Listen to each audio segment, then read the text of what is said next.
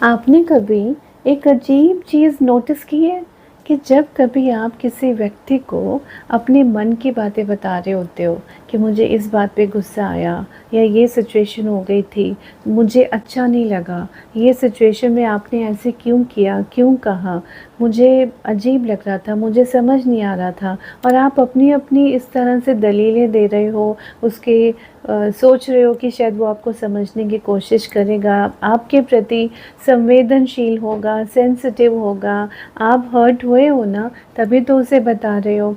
लेकिन वो सुन रहा है, लेकिन उसकी आँखों में एक एक अजीब किस्म का स्माइल है, एक अजीब किस्म का सूनापन है, जैसे वो विनिंग आपको लुक दे रहा है। इसमें विन की क्या बात हो गई? आप परेशान हैं, ये उनकी विन है।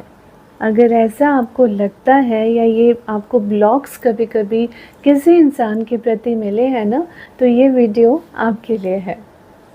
आपको समझ आएगा कि ऐसा साइकोलॉजिकल सच्चाइयाँ इस विषय के ऊपर कि लोग इस तरह बिहेव क्यों करते हैं, हमें क्यों नहीं समझ पाते जब हम उन्हें पूरा दिल से एक्सप्लेन कर रहे हैं, समय लगा के अपनी पूरी पॉइंट्स बता रहे हैं कि भाई प्लीज़ ये मुझे हर्ट होता है, मुझे ये अच्छा नहीं लगता, तो आप अपना बिहेवियर चेंज करो, क्योंकि मुझे ऐसा अगर आप करेंगे तो ज़्यादा अच्छा लगेगा, नुकसान हो रहा है हमारे रिश्ते का।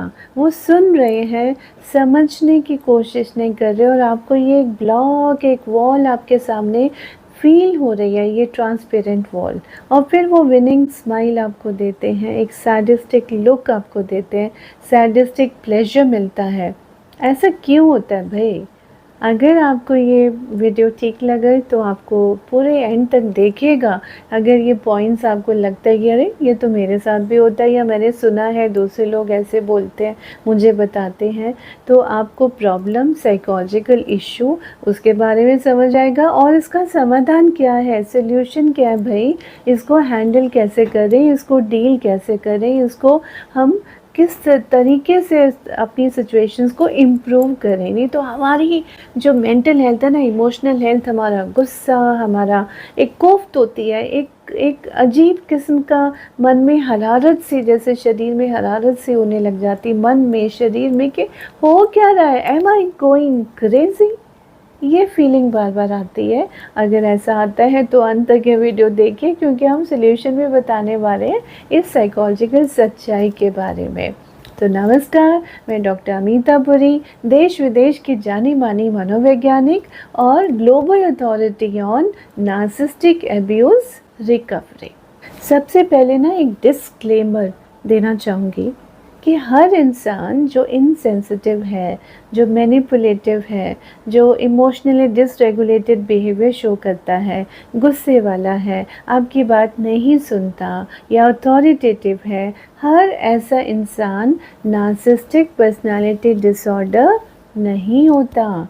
ये बहुत लोग अब कंफ्यूज करने लगे हैं कि नार्सिसिस्टिक पर्सनालिटी पैटर्न्स और नार्सिसिस्टिक पर्सनालिटी डिसऑर्डर, इन दोनों में कुछ अंतर है, मेजर अंतर है, और जो प्रॉपर मेंटल हेल्थ प्रोफेशनल है ना, वही डायग्नोज कर सकता है।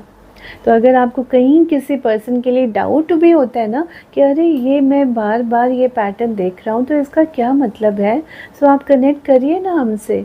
तो आप हमारे टीम में कॉल कर सकते हैं, उन्हें पूछ सकते हैं, उनसे क्लैरिफिकेशंस ले सकते हैं, सेशन बुक कर सकते हैं, ताकि और डिटेल में समझ जाए कि हर ऐसा इंसान जो आपके आसपास इस तरह का बिहेवियर शो कर रहा है, ज़रूरी नहीं है कि वो पर्सनालिटी डिसऑर्डर नार्सिसिस्टिक ही हो। बहुत किस्म के पर्सनालिटी डिसऑर्डर्स होते हैं, तो वो point to point, individual to individual, situation to situation एक प्रॉपर मेंटल हेल्थ प्रोफेशनल ही बता सकता है, स्पेशली जो इस एक पर्टिकुलर एरिया का, पर्सनालिटी डिसऑर्डर्स का ही स्पेशलिस्ट हो। जो साइकोलॉजिकल सच्चाई है ना कि नार्सिसिस्ट ऐसा क्यों करता है, बिकॉज उनको लगता है कि अगर सही ढंग से सुनेंगे तो वो लूज़ कर जाएंगे, और होता भी यही है। हम तो अपनी बातें शेयर करने आए हैं, अपनी फीलिंग्स ऑनेस्टली बताने आए हैं, और उनको लगता है कि ये आर्गुमेंट है, मुझे विन करना है। तो तो आपकी दलील, आपकी अपील का इन पे कोई असर नहीं होता, क्योंकि जैसे ही आपने अपनी बातें बतानी शुरू की, एक्सप्लेन करना शुरू किया, सेम सिनेरियो आपने बताया, ये उसका ऐसे-ऐसे लुक्स आपको देंगे एज़ इफ़ के व्हाट हैपेंड, हुआ ही कुछ नहीं था, तुम ओवर रिएक्ट कर रहे हो, मैंने तो ऐसा कहा नहीं था, मेरा तो ये मतलब नहीं था, तुम ऐसे क्यों बिहेव कर रहे हो, तुम गुस्सा क्यों हो रहे हो, इसमें क्या हो गया, ये तो छोटी सी बात है, आप तो बात का बतंगड़ बना रहे हो। मतलब छोटी-छोटी बातें एकदम से इस तरह करेंगे प्रिक आपको कि लगेगा कि यू आर लूजिंग कंट्रोल। आपका जो रियल में प्रॉब्लम थी वो तो कुछ और रह गई और प्रॉब्लम का रूप ही कुछ और हो गया, मेकिंग यू गो क्रेज़ी। अभी हमें कोई बता रहा था कि उनकी वाइफ़ रो-रो के गुस्से में इतना ज़्यादा उनको सुइयाँ मारती है, इतना ज़्यादा उनको पिन प्रिक्स करती है, इतना ज़्यादा उनकी बर्दाश्त से खेलती है कि जब वो गुस्से में फिर कुछ रिएक्ट कर जाएँ, कुछ बोल दें गलत-सलत, अनसन, क्योंकि वो बिल्कुल उनका सब्र का बाँध टूट जाता है। फिर वो या तो रिकॉर्ड करेगी या फिर अपने भाई-बहन को कॉल पे बताएगी कि देखो ये मुझे ऐसे बोलता है, बच्चों को बताएगी देखो तुम्हारे पापा ये कर रहे हैं। पर पीछे से जो सुइयाँ इतनी देर से, सुबह से 2 दिन से लग रही थी उस इंसान को, वो तो नहीं बताया ना कि मैंने इसको इतना प्रोवोक कर दिया कि इसका रिएक्शन ये हो गया। और मिला क्या, अगर हस्बैंड वाइफ सिचुएशन होती है, मेरे को सैडिस्टिक प्लेज़र, और वो उनको लेना होता है, वो उनकी सप्लाई होते हैं, वो उनका खाना होता है। अगर जब तक हम सिंपल भाषा में नहीं बोलते कि अरे जब तक ये गुस्सा ना कर ले इन्हें खाना हज़म नहीं होता। तो एक नार्सिसिस्टिक पर्सनैलिटी डिसऑर्डर व्यक्ति जब तक अपने आस-पास के लोगों का सब्र का बाँध ना टूटवा दे, उसको उसका खाना हज़म नहीं होता। अब जब हमें ये बात समझ में आ गई है तो फिर हम डील भी करेंगे ना, फिर हम इमोशनल रिएक्शन देना बंद कर देंगे, हम चुप हो जाएंगे। और वो चुप सबमिसिव साइलेंस नहीं है, डिग्निफाइड एग्जिट का साइलेंस है कि ठीक है भाई, तुम अपने रास्ते, तुमको जो पसंद है करो, I am not going to stop you. आपकी मर्जी है ना, इट्स अ फ्री कंट्री, जो आपका मन है करिए, कहिए, रहिए, लेकिन मुझे मेरी बाउंड्री बनानी है, क्योंकि मैं बार बार क्रेज़ी या साबित नहीं होना चाहता अपनी नज़रों में भी। वो नैरेटिव ही चेंज हो जाता है, स्टोरी लाइन ही चेंज हो जाती है। जैसे बहुत बार मैं थेरेपी में बात करती हूँ कि हाउ डज़ इट हैपन। मैंने कहा आप और हम देखिए, हम या कॉल पे बात कर रहे हैं या आमने सामने बात कर रहे हैं, आराम से बात कर रहे हैं, आप अपनी प्रॉब्लम रख रहे हैं, मैं सुन रही हूँ, या मैं अपना कोई पर्सपेक्टिव आपको दे रही हूँ। अब हम आराम से बैठे, ये एक सच है, लेकिन मैं बाहर निकल के अपनी टीम को बोलना शुरू कर दूँ, अरे वो जो अभी सामने बैठा है वहाँ पर, वो तो बहुत बदतमीज़ है, वो तो उल्टा सीधा बोल रहा है, वो तो ऐसे कर रहा है, उसने मुझे ये कह दिया, या उसने मुझे बोला कि तुम्हारी टीम ने मुझे बहुत बेरुखी से बिहेव किया when I came, so I don't like it. And the entire team goes कि हो क्या गया, स्टोरी बदल गई, क्या हुआ, क्या पर्सपेक्टिव था। छोटी सी बात का राई का पहाड़ बना लेना, यानी सिचुएशन ही बदल गई। अब वो पर्सन एक्सप्लेन करता रहे, मैंने ऐसा किया था, मैंने ऐसा नहीं किया था, क्योंकि मैंने तो यहाँ कॉन्शियसली ये चीज़ डाली ना। इट कैन हैपन, ये माइंड गेम नार्सिसिस्ट जो व्यक्ति होता है वो खेलता ही रहता है। He will make the other person look crazy. और सबसे बड़ी बात है कि जो नार्सिसिस्ट व्यक्ति होता है ना, चाहे वो लेडी है, चाहे वो जेंटलमैन है, ये मेहनत का काम नहीं कर सकते, और कंसिस्टेंट मेहनत तो कतई नहीं कर सकते। ये भी एक इनका पर्टिकुलर सिम्टम है जो कि ये they will make the other person look crazy. और इसी सिचुएशन में फिर जैसे कि कोई एम्प्लॉयर होता है ना, हम रिक्रूट करते हैं बहुत सारे लोगों को, ये ऑर्गेनाइजेशन बिहेवियर में, कंपनीज़ में भी, सीईओज़ के साथ भी, सीटीओ, सीएफओज़ के साथ हम बात करते हैं कि बहुत बार हम रिक्रूट करते हैं तो लव बॉम्बिंग स्टेज जो हर नार्सिसिस्ट दिखाता है ना, तो लव बॉम्बिंग में वो 6 महीने, 8 महीने, साल वो दिखा सकते हैं, लेकिन उसमें भी वो बहुत मैनिपुलेट करके कवर कर देंगे। So they will use the other people to manipulate even the person जो उनका मैनेजर है या जो उनका सीनियर है, और उस वक्त इतना कुछ वो एकदम गड़बड़ ऐसे ऐसे कर देंगे, सिचुएशंस ला देंगे, डायलॉग्स ला देंगे, कुछ पर्टिकुलर बिहेवियर पैटर्न्स ला देंगे, and everything goes for a sex. और ये बहुत बार, अभी एक बड़ी कंपनी के जो ऑलमोस्ट 500 करोड़ CR के कंपनी के जो ओनर हैं वो आए थे, तो वो बता रहे थे कि मैंने मेरे CFO को काफ़ी उसको फेवर किया, और उसको मैंने अपनी बाकी टीम से बहुत ज़्यादा, बिकॉज आई लाइक्ड हिम, उसने बहुत अच्छा परफॉर्मेंस दी थी, and he was very sweet spoken और प्लेजेंट पर्सनालिटी, और उसने मेरे लिए वर्क भी किया था। He had brought good work also, he was managing so many things, तो मुझे लगा कि इसको मुझे प्रमोट करते रहना चाहिए, और मैंने उसे काफ़ी ऊपर तक प्रमोट किया। Now this person is कि जैसे जैसे मैंने प्रमोट किया वो तो he was happy, naturally anyone will be happy, but he says कि अब तो मेरे ही मतलब वो गले पड़ गया कि अब उसने काम ही नहीं करना, अब वो उस लेवल का काम कर ही नहीं रहा। और उसके बाद पता लग रहा है कि जो पहले के भी काम थे उनमें कितने छेद थे जो कि उस वक़्त नहीं दिखे थे। कहते हैं ना, लव इज़ ब्लाइंड, प्यार अंधा होता है। तो जब हम अंधविश्वास किसी पे कर लेते हैं, और स्पेशली नार्सिसिस्टिक व्यक्ति वो इस तरह का रिलेशनशिप में गलत चीज़ें करते हैं। तो कोई भी व्यक्ति जो इस तरह का आपके आसपास में है, और उसको कैसे हैंडल करना है, किस तरह करना है, पहले समझें, तो आइडेंटिफाई तो करें।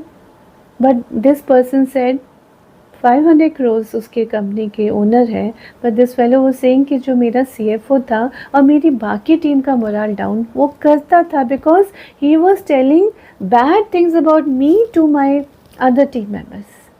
और कितने सारे उसके एम्प्लॉयज़ से, मोर देन 4000 ही सेड। लेकिन उसने एक ऐसी इमेज बना दी थी कि ये तो अनअप्रोचेबल है, ये तो बहुत अब्यूज़िव है, you can't go to his room. तो कौन से कहाँ सिचुएशन बन गई। And this fellow was literally in tears जब वो मेरे से बात कर रहा था। फिर नेचुरली उनकी इमोशनल हेल्थ और मेंटल हेल्थ पे हम काम कर रहे हैं, और how to deal with this person also we are working. क्योंकि डायरेक्टली तो ये जो होता है ना कि कुछ लोगों की दोस्ती भी प्रॉब्लमेटिक होती है, दुश्मनी और ज़्यादा प्रॉब्लमेटिक होती है। तो इसलिए ये जब डिस्कार्ड में इनको करना है तो किस तरह से हमें करना है, वो भी एक तरीका होता है, सलीका होता है, जो हम थेरेपी में सीखते हैं, समझते हैं और अमल करते हैं।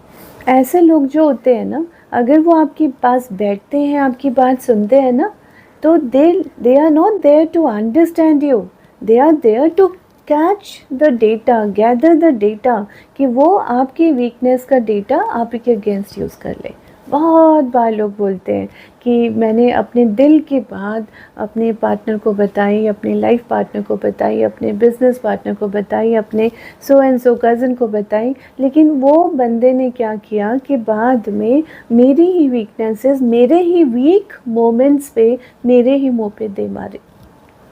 हमने तो दिल खोला था कि दूसरा पर्सन हमें समझे और हमें गाइड करे कि आगे कैसे करना है, लेकिन उसने वो वीक चीज़ें डेटा की तरह यूज़ करके बिल्कुल मेरे मुंह पे मारता है। और बहुत सारे लोग बोलते हैं कि हमें समझ आने में देर हो गई, पर जब तक समझ आया, अब हमने अपनी बाउंड्रीज़ बना ली हैं, अब हम अपने दिल की बात शेयर नहीं करते। हम या dignified exit and dignified silence, zero contact हमेशा पॉसिबल नहीं होता। तो आइडियली यू गो साइलेंट। आपने उनको उतना ही बताना है, उतना ही कहना है, उतना ही काम देना है जितना कि हो जाए, और नहीं हो रहा तो धीरे धीरे वो रिलेशनशिप में कमी अपने आप ऊपर वाले की कृपा से आने लग जाती है। जब हस्बैंड वाइफ का रिश्ता होता है तो बहुत मुश्किल होता है। जैसे अभी मुझे किसी ने सुबह कॉल करके बात करा था कि मैम मैं तो पागल हो रहा हूँ इस रिश्ते में, लेकिन मैं क्या करूं, बच्चों को छोड़ के मैं जा नहीं पा रहा, क्या करूं आप बताओ, आप जो बोलोगे मैं करूंगा। तो बहुत बार लोग अपने ही इस तरह के फैमिली ट्रैप में फंस जाते हैं, या बोलते मैं निकलना चाहता हूँ, मैं डिवोर्स चाहता हूँ, लेकिन मेरे पेरेंट्स ने, मेरी माँ ने मुझे अपनी कसम दे रखी है कि बेटा अब बच्चों को माँ के साथ अगर नहीं मिलेगा तो फिर क्या बच्चे रुल जाएंगे, ऐसे ना कर तू पुत्र, तू और टॉलरेट कर ले, तू कर ले बर्दाश्त, इसमें क्या होता है, तू आधा टाइम तो घर से बाहर ही रहता है, कोई बात नहीं, हर चीज़ का कोई बात नहीं। ही सेज़ मैं पागल हो रहा हूँ, घर में आऊँ तो इतनी सारी और बातें सुनने को मिलती हैं, और ऐसी ऐसी, यही मेरी माँ जो मेरा घर इस तरह बसा रही है, वो मेरी वाइफ समझती है कि मेरी माँ तो कितनी विकेड है, कितनी वो मुझे स्टेप मदरली ट्रीटमेंट करती है, कितनी वो बेइज्जती करती है, जबकि वो तो साथ भी नहीं रहते भाई। तो ये क्या गड़बड़ हो रहा है, गड़बड़ घोटाला। नार्सिसिस्ट पर्सनैलिटी डिसऑर्डर वाले लोग आपकी ज़िंदगी में इतना गड़बड़ घोटाला करते हैं कि बहुत लोग बोलते हैं I am going crazy, am I going crazy. तो जब ये फीलिंग आपको आने लगे, मतलब स्टॉप, ये रेड फ्लैग है, इसको नज़रअंदाज नहीं करना, immediately call up your mental health professional, है ना।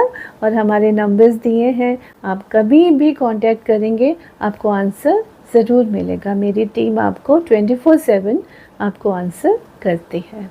अनदर पॉइंट जो इम्पोर्टेंट है कि वो सुनते हैं ना जब आपकी बात, तो सुन नहीं रहे होते, they are just waiting to pounce on any stop any weakness, और उसी को पकड़ के वो आप ही को बिल्कुल गलत साबित कर देंगे। जैसे हर जो भी आपके साथ हो रहा है, सिचुएशन में हुआ है ना, वो आपकी ही जिम्मेदारी है। You and only you are to be blamed and no one else. वो तो बिल्कुल ही नहीं, वो तो बेचारे हैं, विक्टिम हैं, वो तो बिल्कुल एकदम से आप ही के आसपास घूम रहे थे, वो तो पैदा ही इस तरह हुए कि आपके आसपास आपकी सेवा कर सकें, आपको सर्विस कर सकें, आपकी हर किस्म की जो भी आपकी जायज़ या नाजायज़ आपकी विश है वो पूरी करें। इस तरह का वो अपना बिहेवियर पैटर्न करेंगे, और भोले भाले और एकदम से सीधे सिंपल से वो अपने आप को शो करेंगे। और ऐसा होता है, बहुत बार लोग बताते हैं कि मैं रोया उसके पास, मैं पैरों पे उसके गिर गया कि भाई तू माफ़ कर दे मुझे, पुरानी बातों को भूल जा, मेरी माँ ने कुछ किया था, तेरी माँ ने कुछ किया था, भूल जा, हमें किसी को बीच में नहीं लाना, बस हम और तुम तो प्यार से रह लें। तो वो सुना, और उसके बाद फिर विनिंग स्माइल, और एक क्रूर सी स्माइल नहीं होती, वो बोलते हैं कि उसने एकदम मेरे को बोला परे हट, तो बकवास करता है, तू नहीं बदल सकता। मतलब मेरी ही बातें कही हुई जो वीक मोमेंट्स में थी, वो मेरी कमज़ोरी मेरे खिलाफ यूज़ करके, और उसने मुझे इतनी सारी और बातें सुनाई और कैरेक्टर असैसिनेट किया। वो बोलते हैं लोग कि मैं अपने भाई के साथ, अपने कज़न के साथ, अपने मामा या चाचा, एनी मेल मेंबर, और अगर मेल्स हैं तो वो कहते हैं कि मैं अपनी भाभी के साथ, अपनी कज़न फ्रेंड जो मेरी फ़ीमेल मेरी कलीग हो सकती हैं या फ़ीमेल कज़न हो सकती है, मेरी अपनी सगी बहन, मेरी अपनी माँ, मैं उनकी गोद में से रख के नहीं लेट सकता मैं मेरी माँ के। ये ऐसा बोलती है, तो you are sleeping with her, तो माँ के साथ सोता है, तो बहन के साथ सोता है, तेरा तो यही औकात है, तुम्हारे घर का तो यही हाल है, तूने तो मेरी ज़िंदगी बर्बाद कर दी। तो ये सारी बातें जो अगर इंसान ने अपनी मदर के साथ या फादर के साथ ड्यूरिंग एडोलेसेंस या किसी स्टेज पे अनबन थी, गुस्सा किया था, कोई सिचुएशन हुई थी, उसने अपनी पत्नी को शेयर कर दिया, जस्ट इस तरह कि चलो ये मेरी लाइफ पार्टनर है, मैं अपनी लाइफ की अच्छी बुरी नेगेटिव सब बातें बता रहा हूँ, शेयर कर रहा हूँ, दैट्स ऑल, हल्का हो रहा हूँ इस विश्वास के साथ।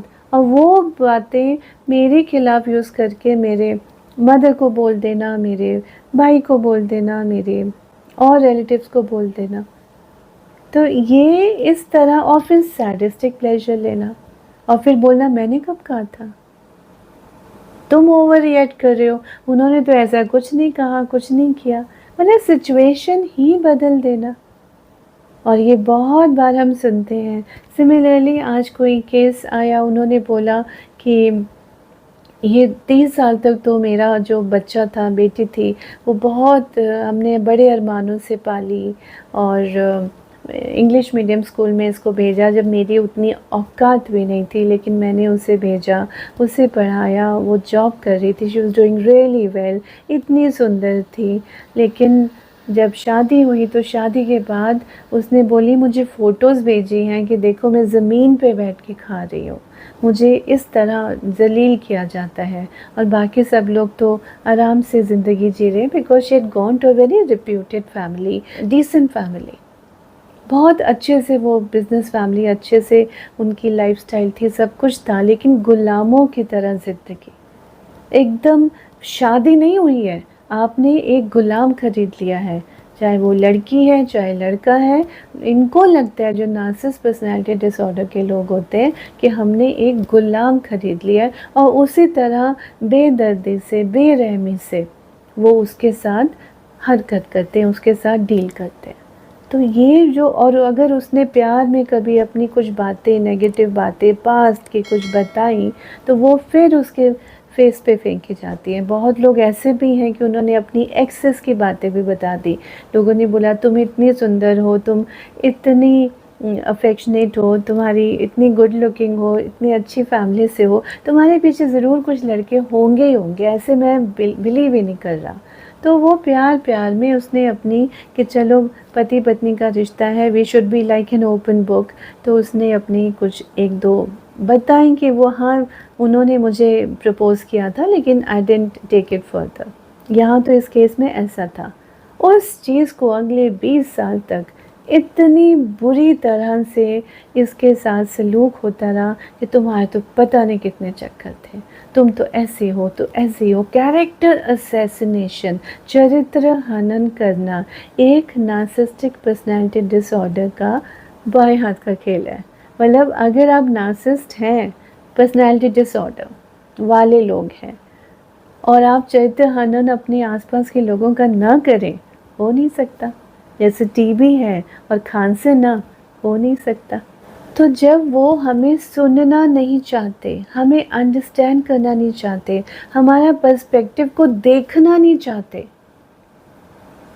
और हमारी जो सैडनेस में उन्हें खुशी मिलती है, हमारी सैडनेस उनकी सप्लाई बन जाती है, तो भाई हमने तो बच के रहना है ना, तो करें तो क्या करें। तो है ना पॉइंट्स कुछ। एक तो पहला, अपने आप को ना ओवर एक्सप्लेन करना बंद कर दो। आपने किया था, आपने कोशिश की थी, आपने समझाने की कोशिश की थी कि भाई ऐसा ऐसा होता है, डोंट डू दिस प्लीज़, मुझे बहुत फ़र्क पड़ता है इससे, और अगर ऐसा ना करें, इस तरह करें, तो शायद हमारी ज़िंदगी बेटर हो जाए। लेकिन नहीं, आपने इतनी बार उन्हें बताया, लेकिन उन्हें तो समझ नहीं आया ना। तो फिर हल क्या है? आप करें ही ना एक्सप्लेन। आप एक बार कह दी, दूसरी बार बात कह दी, तीसरी बार कहना ही नहीं। करना अपने मन का है। तो आपने सेकंड पॉइंट, आपने बाउंड्री खींचनी है। आपसे नहीं होगा अकेले। आपने बहुत बार कोशिश कर लिया। बहुत लोग ये कहते हैं हमने कोशिश किया, ये फिर मर्ज कर देते हैं, फिर डिसरिस्पेक्ट करते हैं। करेंगे, लेकिन हमें इसके बीच में नहीं पड़ना। हमने अपनी लाइफ को अपने लिए सहज, सरल और सहूलियत अपने आप को देनी है ना, ताकि हमारी ज़िंदगी बेटर बन सके। तो हमने अपने रूल्स बनाने हैं, हमने इनके रूल्स के साथ नहीं चलना, ओवर एक्सप्लेन नहीं करना, बाउंड्री बनानी है अपनी, ताकि हम उतना ही बताएं जितना बताना है, ज़रूरी है, वरना बात ही ना करें। क्यों बोलें, क्यों उस जगह रहें या बताएं जहाँ हमारे बात की कद्र ही नहीं है। तो अब करना क्या है? ये 2 पॉइंट्स को आपने ओवर एक्सप्लेन करना नहीं, डिबेट उनके साथ करना नहीं, आर्ग्यूमेंट करनी नहीं, एक्सप्लेन ज़्यादा करना नहीं, अपनी बाउंड्रीज़ बनानी है। क्योंकि हमें समझ आ गया है कि इनका बिहेवियर ऐसा है, इनको हमारे प्रति कोई लगाव नहीं है। नहीं है तो नहीं सही, वो उनकी मर्ज़ी। हम क्यों उनके पीछे पड़े भिखारी की तरह, कटोरा लेके कि हमें समझो, हमें समझो। नहीं, अपनी सेल्फ रिस्पेक्ट, अपनी सेल्फ लव पे ध्यान देना है, उनका नुकसान नहीं करना। बहुत लोग बोलते हैं रिवेंज, नहीं, there is no point in revenge, वो तो और हमें नेगेटिविटी में खींचेगा। छोड़ो ना, जाने दो ना, लेकिन अपनी ज़िंदगी अलग से बनाना शुरू करना है हमने, अपने ऊपर सेल्फ लव, सेल्फ रिस्पेक्ट पे ध्यान देना है। देंगे ना? और अगर आपको ये वीडियो पसंद आया हो, आपको लगा हो कि अरे ये तो मैं किसी अपने से शेयर कर सकता हूँ, they are going through a lot of mess in their personal life, तो प्लीज़ भर भर के शेयर कीजिए, लाइक कीजिए, सब्सक्राइब कीजिए।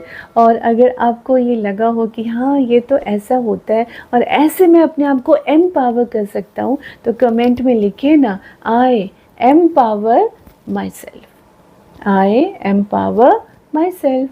तो जब आप लिखेंगे तो आप यूनिवर्स को बता रहे हैं कि मैं अपनी पावर बैक ले रहा हूँ, मुझे भिखारी नहीं बनना, चेज़ कर रहा हूँ उनको, प्लीज़ प्लीज़ मुझे सुनो, मुझे समझो। आपने बहुत कोशिश कर ली, बहुत प्यार से समझा है, बहुत समय लगाया, अब छोड़ो ना, जाने दो ना, लेकिन शेयर करिए ना।